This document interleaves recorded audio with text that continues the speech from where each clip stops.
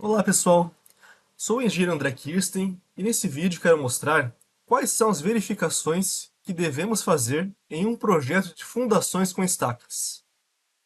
Então, a primeira coisa que devemos fazer é obter as reações nas estacas. Isso pode ser obtido pelo método de Knock-Inverted, por exemplo. Aqui temos a equação do método, em que Ni é a força vertical em cada estaca, F é a força vertical aplicada no bloco de fundação, aqui temos o número de estacas, momento do setor em X, K seria a rigidez para cada estaca, e Y e X são as coordenadas X e Y da estaca. Caso eu não considere o efeito de grupo, eu considero a rigidez, KI, de cada estaca igual entre si. Então posso dizer que todas as estacas têm rigidez igual a 1, por exemplo. Se eu considerar o efeito de grupo, então eu coloco a rigidez real de cada uma dessas estacas. Para considerar isso, eu preciso do recalque em cada uma das estacas. Como é que eu faço para distribuir uma força horizontal aplicada no bloco de fundação, por exemplo? Vamos supor que eu tenho uma força horizontal em X aqui, de 10 toneladas. Aqui eu tenho 10 estacas no bloco, então o que se faz geralmente é pegar essa força e dividir pela quantidade de estacas. Então 10 toneladas sobre 10 estacas seria 1 tonelada para cada estaca, de força horizontal. Outra verificação bem importante que eu devo fazer é com relação à resistência geotécnica. A primeira consideração que eu devo fazer é com relação à diferença entre a resistência estrutural de uma estaca e a resistência geotécnica. Então é muito comum que se encontre catálogos de fabricante de estaca pré-moldada, por exemplo, onde eu tenho a carga de catálogo, que seria qual a carga estrutural máxima que a minha estaca aguenta. Essa carga estrutural seria devido ao material da estaca, concreto, aço. E a carga estrutural é diferente da carga geotécnica. A carga geotécnica da estaca é qual é a força vertical máxima que a minha estaca pode receber, considerando as características do solo que ela atravessa e do solo da ponta da estaca. Então tem que considerar o tipo de solo e o número de golpes do ensaio SPT em cada metro que a estaca atravessa aqui.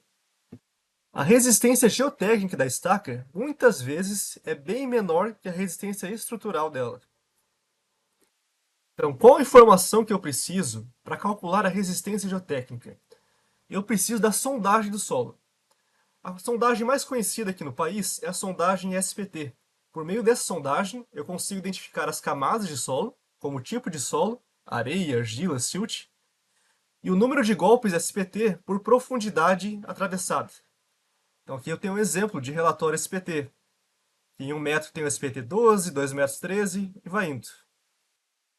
Bom, eu sei que eu preciso da sondagem, mas quantas sondagens eu preciso? Então, quem me diz isso é a norma NBR 8036. O que ela fala? Para a área de projeção em planta, do edifício ou casa, até 200 metros quadrados, eu preciso de 2 furos de sondagem, pelo menos. Entre 200 e 400 metros quadrados, eu preciso de pelo menos 3 furos de sondagem. Agora, até 1.200 metros quadrados de área, eu preciso de um furo de sondagem a cada 200 metros quadrados. Entre 1.200 e 2.400 metros quadrados, eu preciso de um furo de sondagem a cada 400 metros quadrados, no que exceder 1.200 metros quadrados. E quando eu tiver um estudo preliminar, só para viabilidade, eu preciso fazer um furo de sondagem a cada pelo menos 100 metros, com no mínimo 3 furos de sondagem. Outra coisa que é importante sobre estacas é qual o modo de transferência da carga na estaca.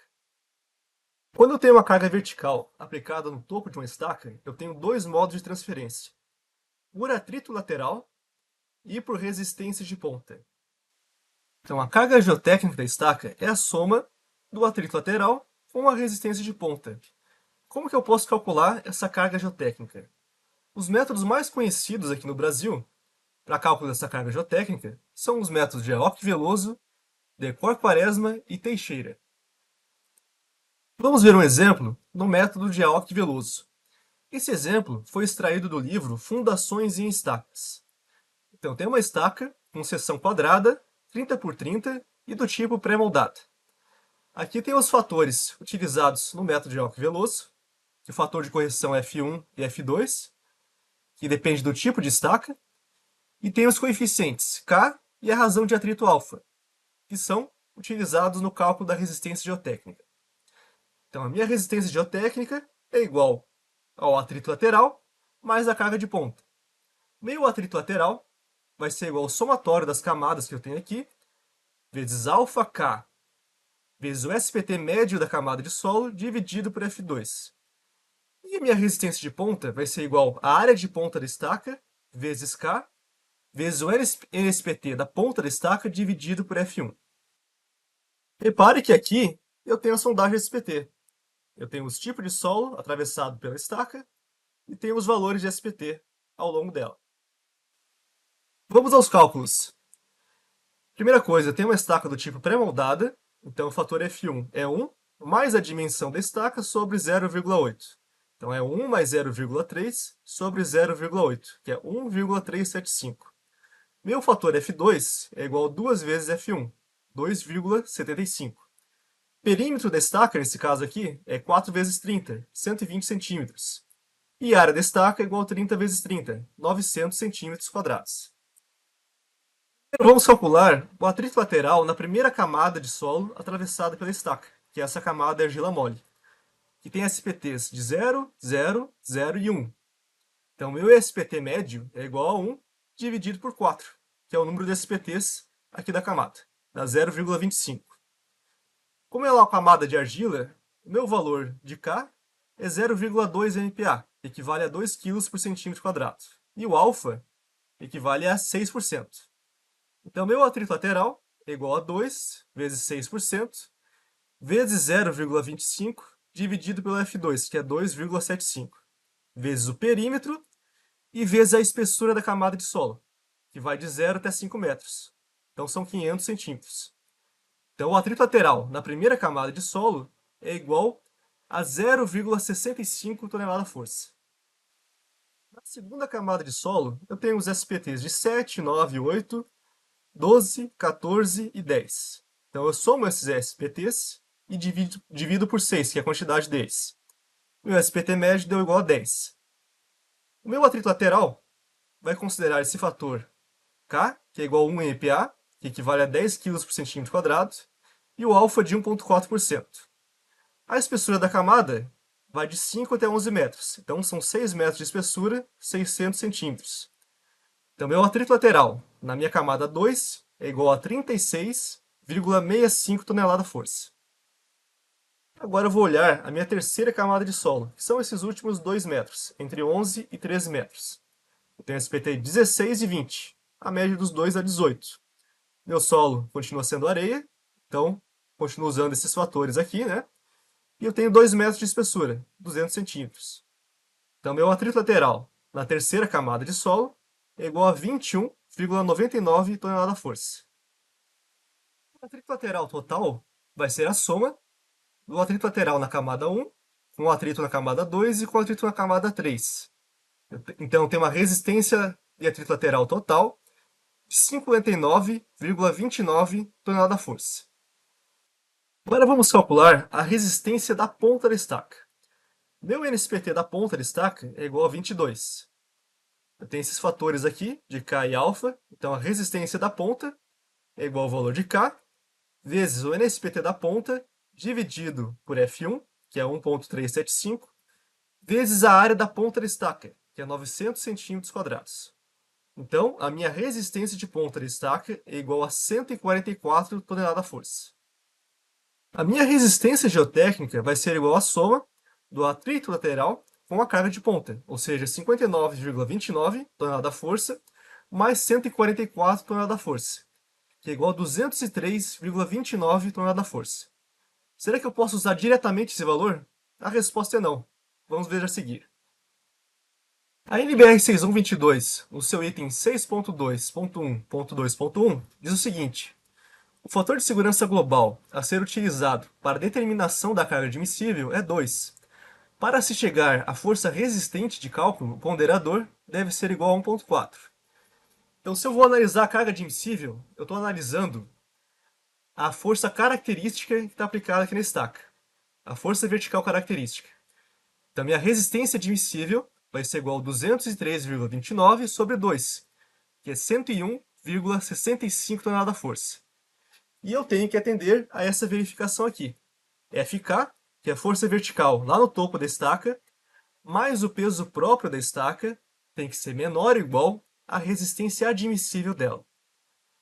Já se eu fizer uma análise com relação ao estado limite último, então a minha resistência para o estado limite último é igual a 203,29 sobre 1,4, que daria 145,21 tonelada-força. Então, nesse caso, eu tenho o coeficiente ponderador das ações de cálculo vezes FK, que seria a força vertical característica, mais o peso próprio. Então, eu tenho a força de cálculo aqui. E essa força de cálculo tem que ser menor ou igual que a resistência para o estado limite último. Eu posso considerar a resistência de ponta da estaca de forma integral sempre? Então, a resposta para isso é não.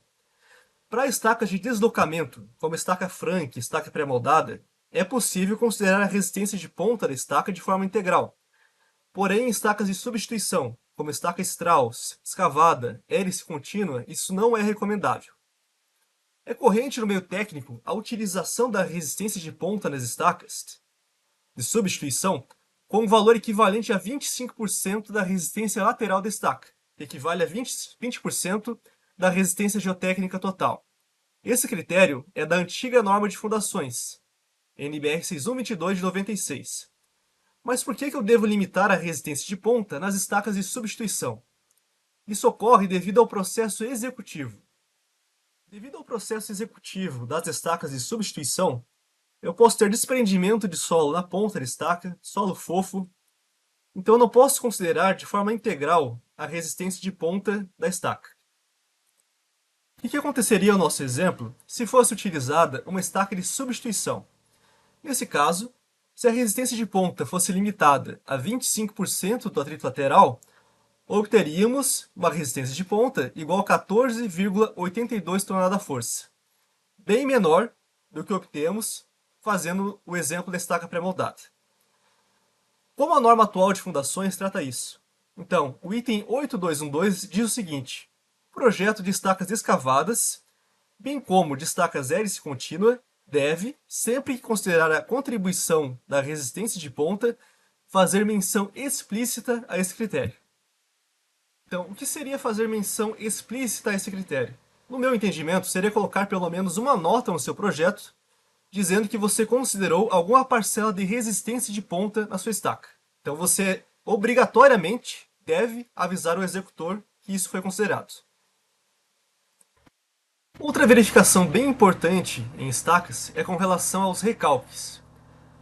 O recalque é o deslocamento vertical que ocorre na estaca devido ao esforço normal ao longo dela e às características do solo ao longo da estaca e abaixo da sua ponta.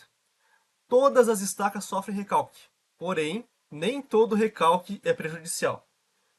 Então, o caso de recalque mais conhecido no mundo seria a Torre de Pisa, aquela famosa torre inclinada. Aqui temos a imagem de uma rachadura típica de recalque de fundação. Bom, mas se toda estaca sofre recalque, qual o valor de recalque aceitável? Algumas bibliografias recomendam valores limite para o recalque absoluto, como, por exemplo, o livro Fundações por Estacas, Projeto Geotécnico, de Sintra e Aoki. O que é dito nesse livro? Na prática de projeto de fundações por estacas, podemos considerar os valores de recalque admissível de Meyerhoff, que são 25 mm para fundações por estacas em areia e 50 mm para fundações por estacas em argila, considerando grupos de estacas. Basicamente, existem três tipos de recalque: recalque uniforme, recalque diferencial com distorção uniforme e recalque diferencial generalizado. Por que algumas bibliografias recomendam limitar o valor absoluto do recalque?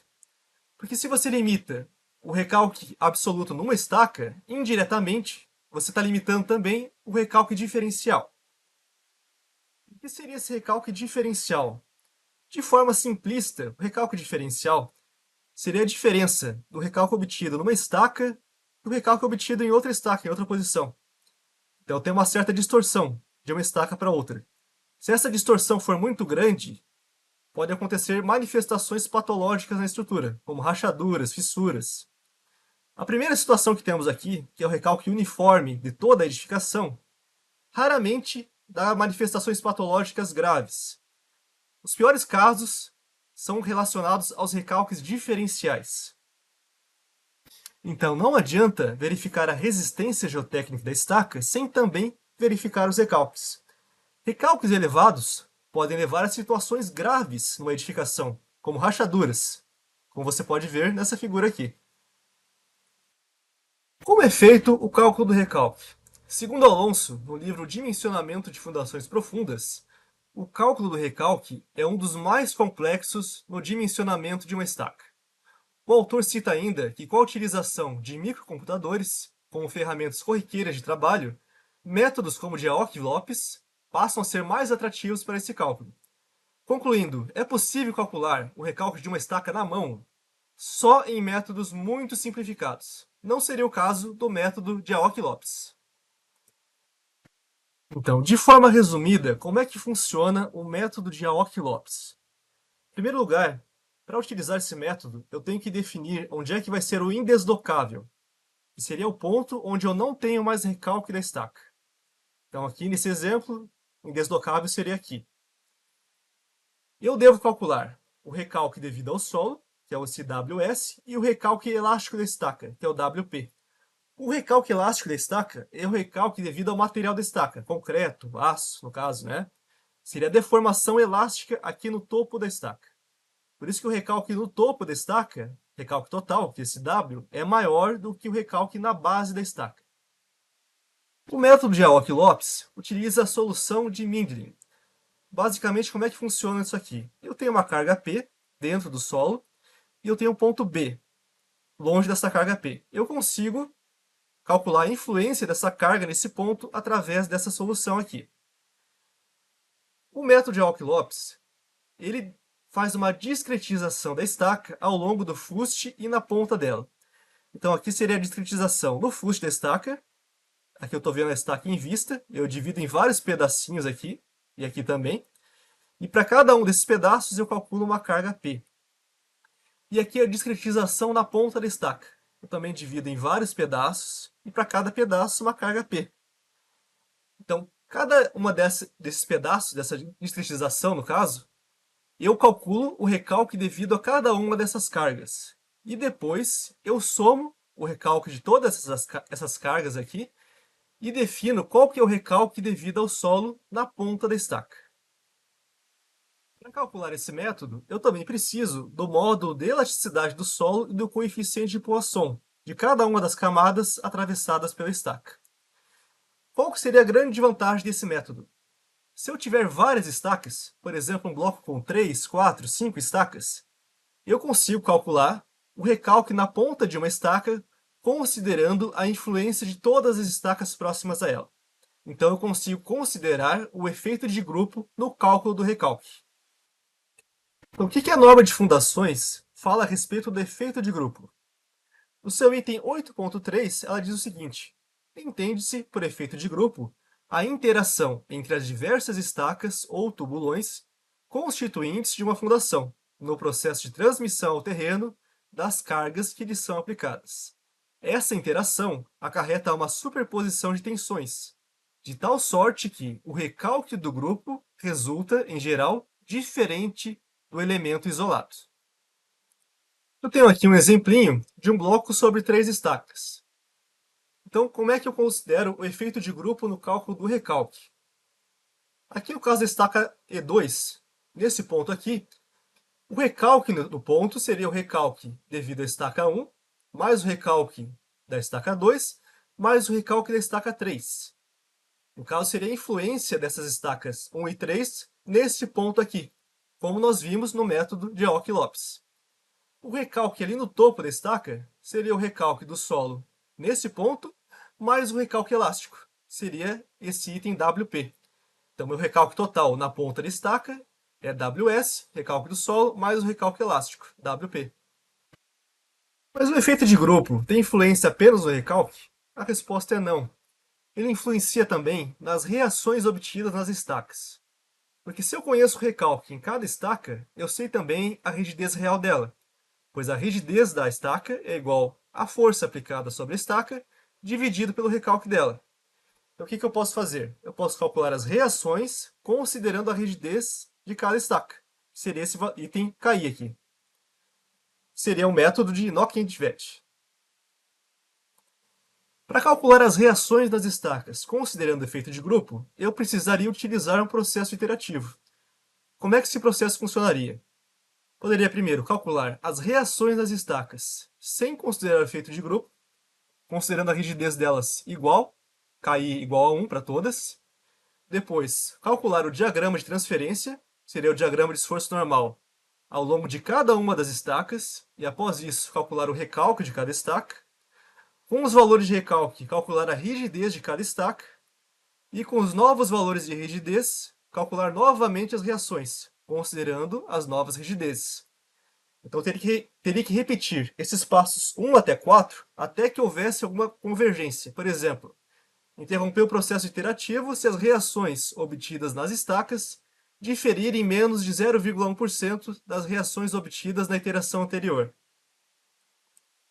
O efeito de grupo também influencia nas molas horizontais das estacas. Segundo Davison, para estacas espaçadas de 3 vezes o diâmetro da estaca, o coeficiente de reação mola horizontal deve ser 25% menor do que aquele considerado para estaca isolada.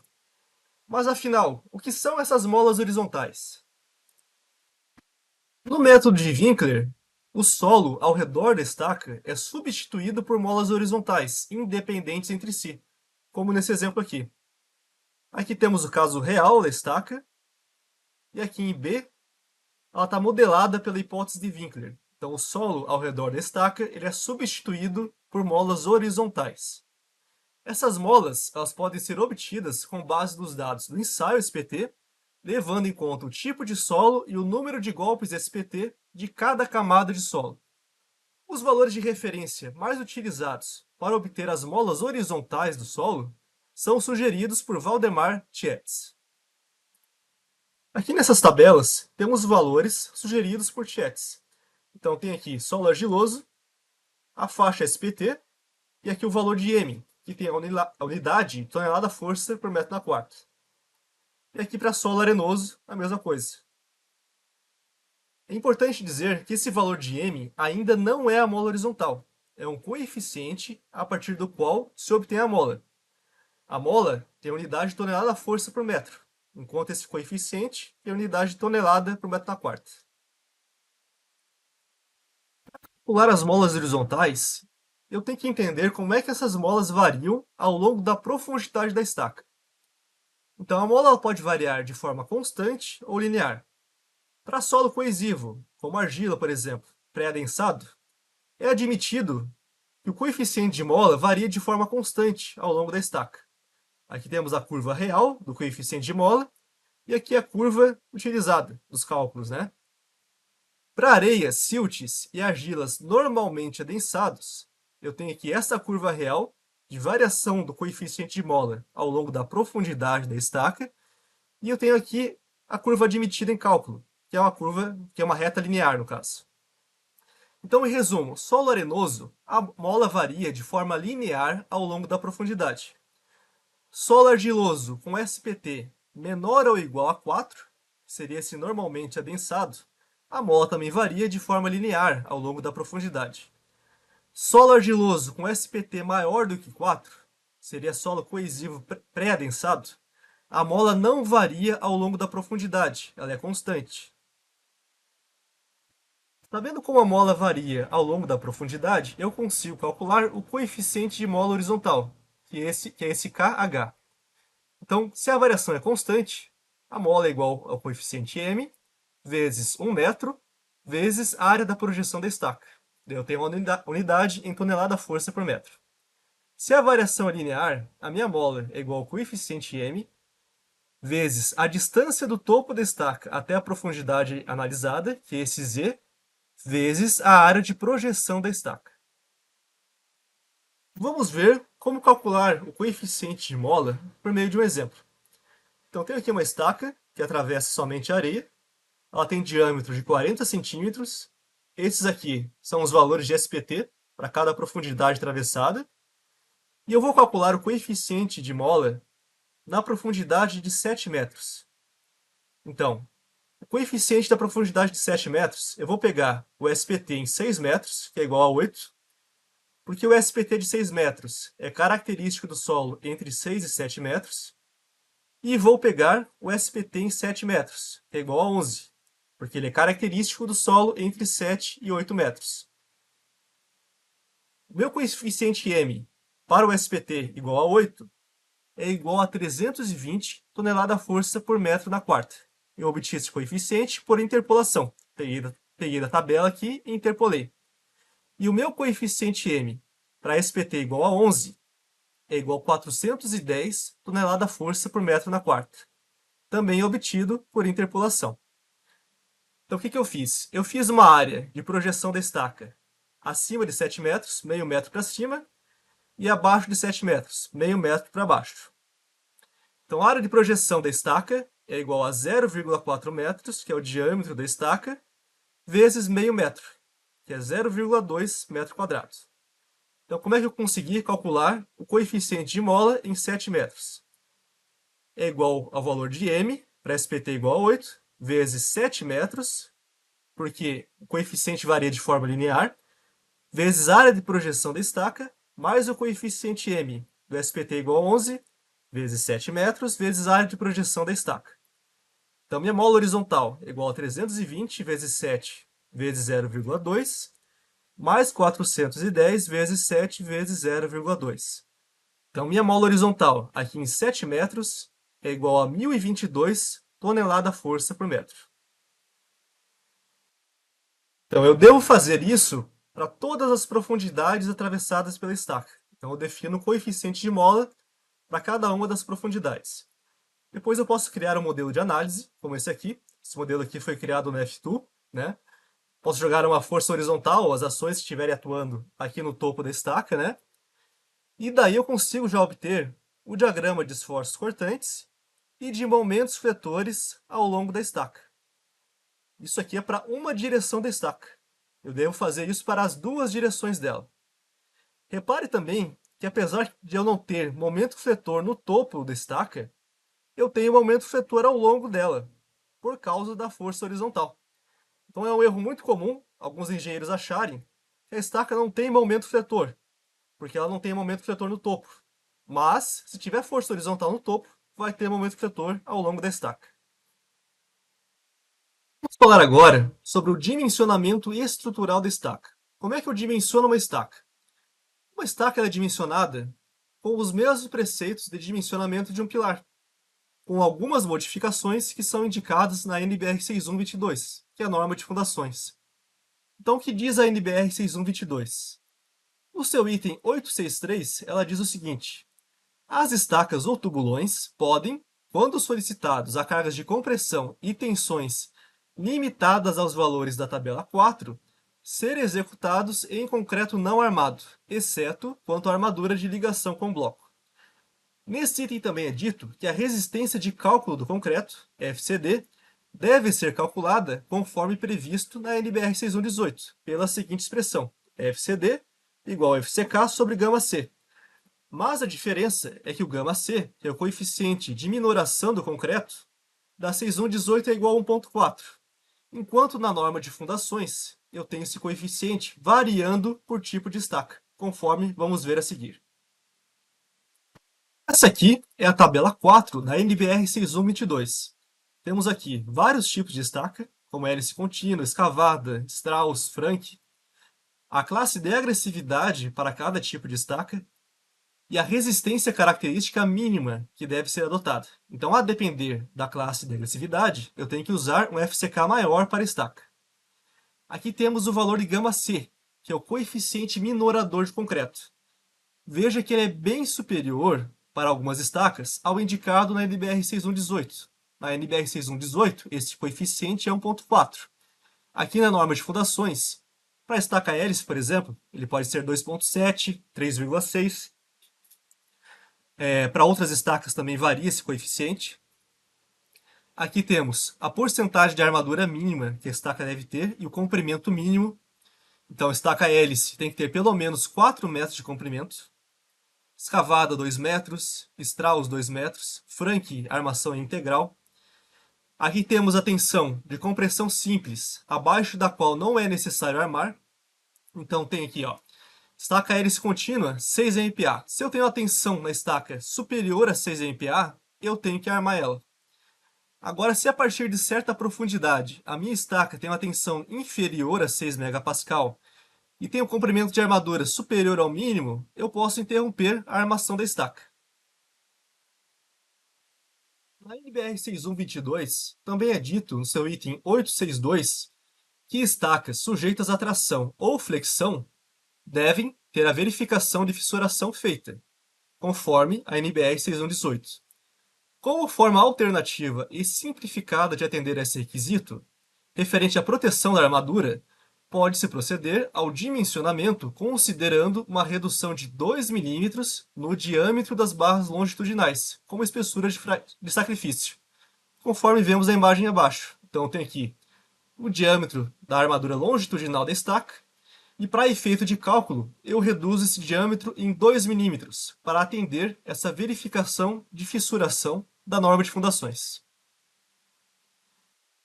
A pergunta que fica é, dá para fazer todas as verificações que vimos nessa aula na mão? Então vamos ver um resumo das verificações. A primeira, cálculo das reações das estacas. É possível calcular manualmente, mas sem considerar o efeito de grupo. Ao considerar o efeito de grupo, é necessário efetuar esse cálculo por meio de processo computacional iterativo. E eu preciso também calcular os recalques nas estacas. Resistência geotécnica. Também é possível calcular manualmente. Porém, é um processo trabalhoso, caso se calcule por mais de um método e para mais de um furo de sondagem. Vamos supor que você vai calcular por Aoki Veloso, Decorco Quaresma e Teixeira. Se você fizer isso em um furo de sondagem, você tem que fazer 3 cálculos. Se você tiver 3 furos de sondagem no seu projeto, já são 9 cálculos. Recalques. Calculando pelo método de Aoki-Lopes, que é o método mais completo conhecido aqui no país, não seria possível efetuar o cálculo de forma manual. Efeito de grupo. Também não seria possível calcular de forma manual, tanto na análise de recalque como de reações das estacas. Análise estrutural. Seria possível obter os coeficientes de mola por meio de cálculo manual, porém seria um processo trabalhoso, mas seria possível. Os esforços somente poderiam ser obtidos por meio de software, como o F-Tool, por exemplo. Dimensionamento estrutural. O dimensionamento pode ser feito por meio de ábacos, mas não é preciso, e é preciso verificar se os ábacos têm a possibilidade de inserir o coeficiente de minoração do concreto diferente de 1.4. Caso contrário, você vai cometer um erro. A forma mais completa de efetuar o dimensionamento estrutural é por meio de processo iterativo no cálculo da flexão composta oblíqua. Ainda deve-se levar em conta as exigências da NBR 6122, como coeficiente minorador de concreto, verificação de fissuração, entre outros, com relação ao dimensionamento. E se eu dissesse para você que todas essas verificações podem ser feitas dentro de um único software? Vou mostrar para vocês esse software, que é o software Stack Pro. Então, o que esse programa faz? Ele faz todas as verificações que eu mencionei aqui na aula, tá? Como é que funciona, basicamente, ele? A primeira aba dele é a aba de dados do SPT. Você pode lançar até 10 furos de sondagem. Aqui eu lancei 3 furos de sondagem. E aqui você preenche o número de golpes SPT. E aqui você define a espessura de cada camada de solo. Preenchendo esses dados, na aba de lançamento, você define qual tipo de bloco de fundação você deseja utilizar. Tem bloco de 1 estaca até 10 estacas. Eu posso trocar o tipo de bloco. Define a altura do arranque. No caso, se eu colocar um arranque diferente de 0, tem um pilarete aqui.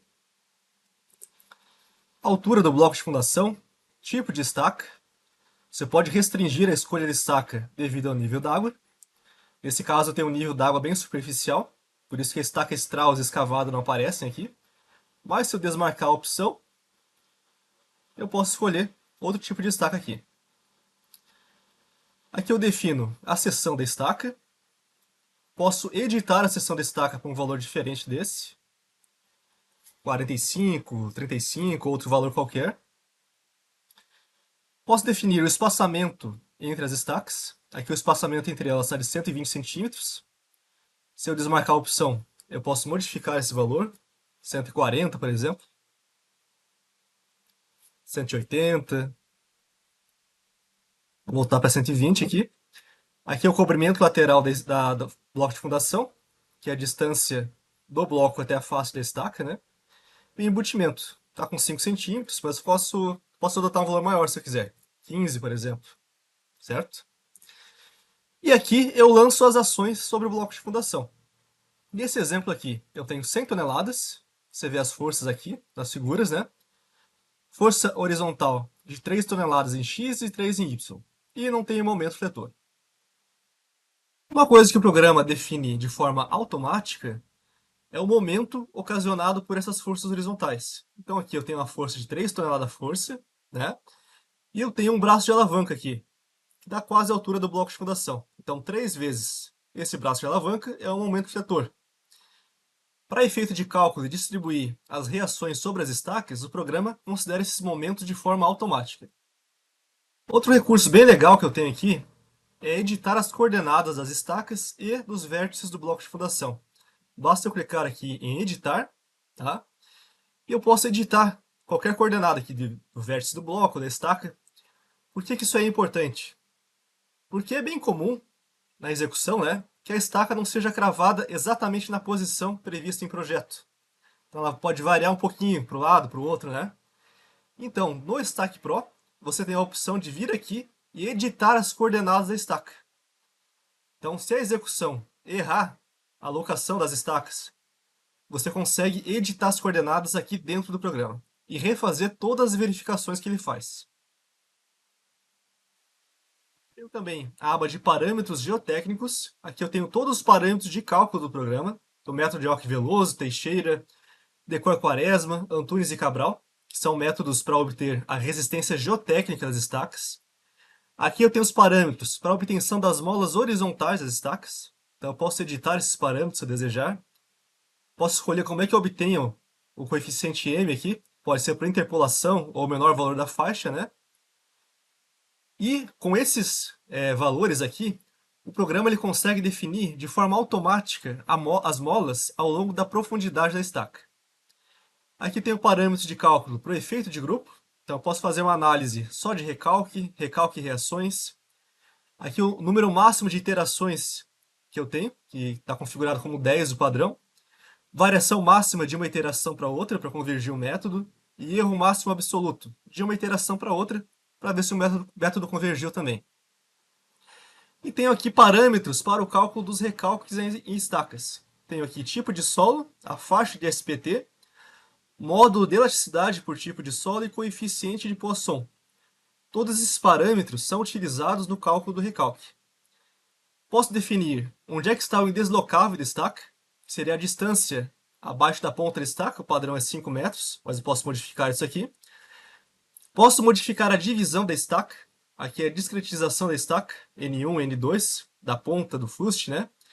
E aqui é o meu recalque admissível, que por padrão é 20 milímetros no programa. Também tenho a aba de parâmetros estruturais. Nessa aba eu tenho aquela tabela 4 da NBR 6122. Você pode até editar a tabela se desejar. Tem aqui a tensão de compressão, abaixo da qual não é necessário armar a estaca, classe de agressividade ambiental, FCK, coeficiente minorador. Aqui eu defino os materiais da estaca, aqui no caso é concreto, com agregado, dimensão de agregado, classe de agressividade, FCK. O FCK ele pegou automaticamente pela classe agressividade. Tem a opção aqui para reduzir em 2 milímetros o diâmetro das armaduras longitudinais, que é aquela verificação de fissuração da norma. Aqui eu posso editar o módulo de elasticidade. Se não editar, ele calcula automático. Cobrimento da estaca, coeficiente de ponderação das ações, coeficiente de ponderação das cargas geotécnicas no estado limite último. E aqui é o minorador do concreto. Aqui a estaca hélice contínua, minorador 2.7. Mas se eu usar uma classe de agressividade 3, ele muda automaticamente o minorador. Eu tenho parâmetros de análise, como o sobreconsumo da estaca hélice contínua, que seria o aumento do consumo de concreto para esse tipo de estaca, tá como default de 25%. Desconsiderar ou não peso próprio da estaca, no caso, estaca submetida à tração, desconsiderar é a favor da segurança, tá? Configurações referentes ao diagrama de interação, de flexão composta oblíqua, tensão de tração admissível. O que o programa faz? Além de verificar a tensão de compressão limite, abaixo da qual não precisa armar a estaca, ele verifica se a estaca tem tensão de tração abaixo dessa aqui também. Se a tensão de tração da estaca for superior a essa, ele continua armando a estaca daí. E vamos aqui agora para a aba de resultados geotécnicos. Então aqui eu tenho a opção de desprezar a atrito lateral no primeiro método da estaca, limitar a resistência de ponta a 25% da resistência de atrito lateral. Então aqui tem uma resistência de ponta de 15 toneladas, mais ou menos. Se eu desmarcar essa opção, é uma resistência de ponta bem maior. Só que como é uma estaca hélice contínua, o recomendado é que eu limite, tá? Eu posso também modificar até essa porcentagem se eu desejar, colocar outra porcentagem aqui. Aqui é a profundidade da estaca, tá? E aqui eu marco se eu quero considerar ou não o efeito de grupo. Aqui estão os fatores de segurança da estaca, fator de segurança global igual a 2, fator parcial para os métodos de Decor-Quaresma, né? E aqui eu posso escolher qual método que eu quero ver. Tem aqui a Ock Veloso, Decor-Quaresma, Teixeira e Antunes e Cabral. Então eu posso trocar para Antunes. Eu estou vendo a resistência geotécnica da estaca, no caso para o furo SP1. Eu posso ver no furo SP3, se eu quiser, né? Essa resistência aqui, no caso, ela está sem o fator de segurança global, aqui na imagem. E aqui na tabelinha, eu tenho a carga admissível já considerando o fator de segurança global. Então eu tenho a carga geotécnica, que é sem o fator de segurança global, que é o PGEL, e a carga admissível. E aqui eu tenho o resultado para todos os métodos, a Ock, Decor, Teixeira e Antunes e Cabral. Posso escolher qual furo da SPT que eu desejo ver aqui, furo 3, furo 1, furo que deu menor carga admissível. Aqui, no método de cálculo da carga geotécnica, está escolhido o método que deu menor carga admissível. Nesse caso aqui foi a Ock Veloso. Se eu quiser, eu posso escolher outro método. Vamos dizer que é o Decor-Quaresma. Até se você reparar, aqui em Ock Veloso, a minha carga admissível é de 33,77 toneladas, que ele mostra aqui abaixo da figurinha, né? E para Decor-Quaresma, minha carga admissível é bem maior, 47,5 toneladas. Esse item aqui é bem interessante, específico para estacas tracionadas. O que acontece? Ele define o cálculo da carga geotécnica com a porcentagem da carga de atrito lateral, que é o que muitos autores recomendam. Eles recomendam reduzir em até 30% a carga de atrito lateral, calculada pelo método, no caso de estaca tracionada. Então, quando o programa tem uma estaca tracionada aqui, ele calcula a carga admissível considerando 70% da carga de atrito lateral e sem considerar a resistência de ponta. Aqui tenho o furo SPT escolhido, então o programa faz os cálculos aqui para o furo com menor carga admissível, no caso o furo 2 aqui, mas eu posso escolher outro furo aqui, certo? Posso editar os parâmetros de cálculo do recalque, o programa define de forma automática, mas se eu marcar essa opção, eu posso editar os valores aqui, sem problema. E aqui eu tenho boa parte dos resultados dessa aba. Aqui eu mostro o bloco de fundação, tem a reação por estaca, que o programa calcula de forma automática. Então tem estaca aqui de 21 toneladas, até 26, quase 27, né? Ele mostra também qual que é a carga admissível à compressão, carga admissível à tração e o peso próprio da estaca. E qual verificação que ele faz? Ele considera a carga solicitante na estaca, soma com peso próprio e verifica se essa somatória é menor do que a carga admissível. Se for menor que a carga admissível, ele deixa os textos aqui em verde. Se for maior, no caso, se não estiver atendendo a carga admissível, fica em vermelho. Então o usuário sabe qual estaca que não está passando. Se eu clicar aqui, eu posso trocar para visualização dos recalques por estaca. Então, nesse caso aqui, o meu recalque máximo deu 1,5 mm, bem pequeno, e eu estou com a opção de considerar efeito de grupo. Se eu desmarco essa opção, vejo que o recalque diminui, porque aqui eu estou considerando o recalque da estaca isolada. Se eu marco a opção, volta a ser 1,5 mm. Em análise estrutural, eu tenho todos os diagramas de esforços por estaca e diagrama de deslocamento também. Se eu clicar aqui, eu posso escolher qual estaca eu quero visualizar. Aqui eu estou vendo os diagramas da estaca E1. Posso trocar para a estaca E5, que é a estaca mais carregada, se eu não me engano. Aqui eu tenho os esforços característicos, o esforço normal característico, o esforço normal de cálculo. Aqui eu tenho o esforço cortante ao longo da estaca, na direção B, esforço cortante na direção H, tem valores característicos de cálculo também. E aqui eu tenho momento fletor na direção B e momento fletor na direção H da estaca. No caso aqui não muda, porque o bloco de fundação tem forças horizontais iguais nas duas direções. Aqui eu tenho uma representação do deslocamento horizontal da estaca ao longo da sua profundidade na direção B e na direção H. E se eu clicar aqui, eu posso ver as tensões ao longo da estaca. Aqui em vermelho eu tenho a tensão mínima da estaca, em azul a tensão máxima. É por esse diagrama de tensões que o programa define de forma automática até onde ele deve armar a armadura longitudinal da estaca. Até olhando o diagrama de esforço normal, a gente pode ver que a estaca não precisaria desse comprimento todo. Então ela está com 20 metros de comprimento, só que ela zera o esforço normal um pouquinho antes de 17,5 metros. Então eu vou fazer uma estimativa aqui, eu vou em resultados geotécnicos, vou mudar a profundidade da estaca para 16 metros, veja que continua passando, tudo em verde aqui. Recalque aumentou um pouquinho, para 3,12 milímetros. Volto em análise estrutural, vejo aqui os novos diagramas. Agora já chega alguma carga na ponta da estaca aqui. A coisa que eu posso fazer no Stack Pro é editar as molas horizontais da estaca. Então eu venho aqui, clico em editar molas. Essas molas aqui, o programa definiu de forma automática, com base nos valores de chat, mas eu posso editar. Basta eu clicar em alguma linha aqui e editar esses valores se eu quiser. Vamos ver agora o dimensionamento estrutural das stacks.